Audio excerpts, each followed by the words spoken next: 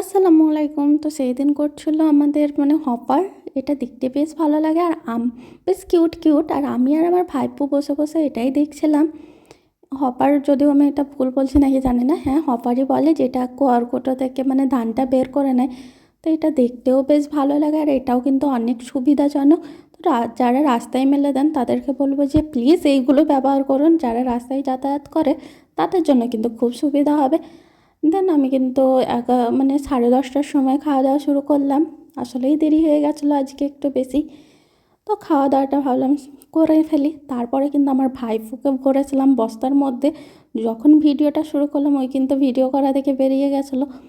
দেন খাওয়া দাওয়া শুরু করলাম। আমরা কিন্তু অনেক দেরি করে খাওয়া দাওয়া করি। টাইমটা আমাদের আসলেই দেরি হয়ে যায়, প্রায় 2টোর পরে খাওয়া দাওয়া করি।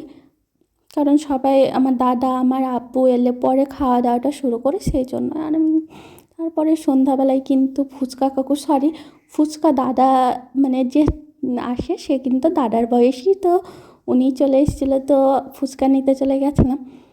দেন মাগরিবের টাইমে যেহেতু এসেছিলো তো আজান দিয়ে দিয়েছিলো, তো আমি রেখে কিন্তু নামাজ পড়ে আবার খাওয়ার জন্য চাও বানিয়ে নিয়ে চলে এসেছিলাম। আর এই দাদার ফুচকাটা কিন্তু, ফুচকা চুরমুড়ি দুটোই কিন্তু অসাধারণ হয়। সত্যিই খুবই ভালো লাগে আমার খেতে এই দাদাটার ফুচকা খেতে। আর এই যে চুরমুড়িটা, যেহেতু আমি নামাজ পড়ে খাচ্ছিলাম বলে একটু নরম হয়ে গেছিলো, তো খেতে সেইভাবে ভালো লাগছিলো না। সঙ্গে সঙ্গে বানিয়ে যদি খাওয়া যায় তাহলে বেশি ভালো লাগে।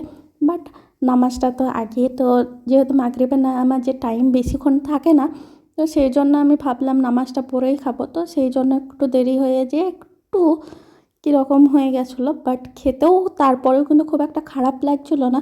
আসলে এই দাদাটা খুব ভালো ফুচকা বানায়। আর ফুচকা দাদাকে আমি বলে রেখেছি যে আমাদের এখানে যেন 2 দিন পর পর আসে, কারণ প্রতিদিন আমি থাকো এরকম খাবার খাই না আর আমার আব্বুও খেতে দেয় না।